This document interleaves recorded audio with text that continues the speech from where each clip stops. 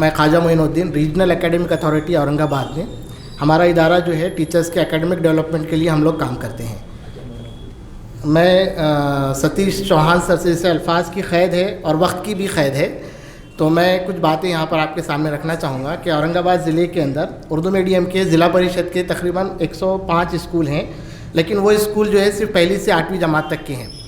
और जब 8 पास होने के बाद बच्चों को 9th और 10th के लिए बहुत सारी जगह स्कूल नहीं है। गर्ल्स को ट्रैवल करके आना पड़ता है, तकरीबन 20-20 किलोमीटर बच्चियाँ करते हैं, लेकिन माँ बाप जो एंथुसियास्टिक नहीं है एजुकेशन में, तो फिर कम उम्र में बच्चों की शादी हो जाती है। कल ही वर्षा गायकवाड़ मैडम जो है मिनिस्टर, उनके साथ जो लातूर के जो आमदार हैं, तो उन्होंने भी ऐसा एक प्रपोज़ल 9th और 10th का दिया है लातूर डिस्ट्रिक्ट के लिए।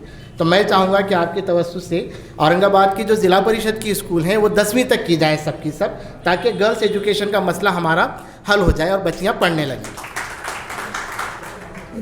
दूसरी बात, जैसे अभी मेरे से पहले जो जनाब डॉक्टर बदरुल इस्लाम साहब ने कहा कि क्वालिटी एजुकेशन के लिए बहुत बड़ी बात हो गई, ठीक है, तो मैं वही चाह रहा था कि महाराष्ट्र पर हमारे पास विद्या निकेतन स्कूल्स हैं।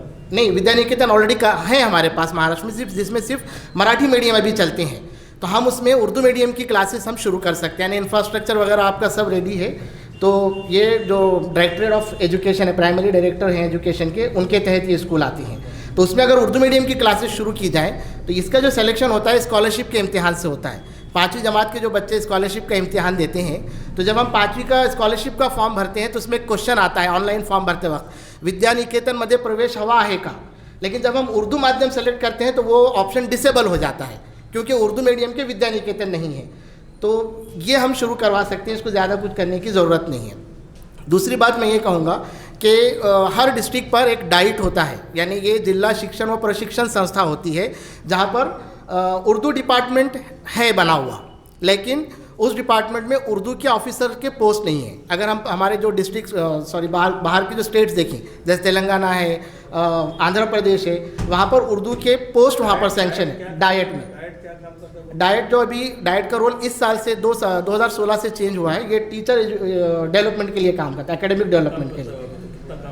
अब सर बहुत काम हुआ, ये प्रगत शैक्षणिक महाराष्ट्र जो अभी आया है हमारे पास 2016 का, तो उसमें बहुत सारे रिफॉर्म्स आए हैं। और जो बाहर की जो ज़िला परिषद की जो स्कूल हैं, कॉरपोरेशन के स्कूल हैं, यहाँ के टीचर्स को बहुत ज़्यादा मतलब प्रगत करने की कोशिश की गई है। तो उसमें एक उर्दू डिपार्टमेंट होना चाहिए। वहाँ पर विषय सहायक बोलकर अभी काम कर रहे हैं, लेकिन वो लोग डेप्यूटेड लोग हैं। तो दूसरी SCRT में जैसे हैं वैसे डाइट में भी ये उर्दू डिपार्टमेंट हमारा होना चाहिए। तो ये कुछ बातें थी जो मेरी समझ में आई। बहुत बहुत शुक्रिया बोलने का मौका दिया। Thank you.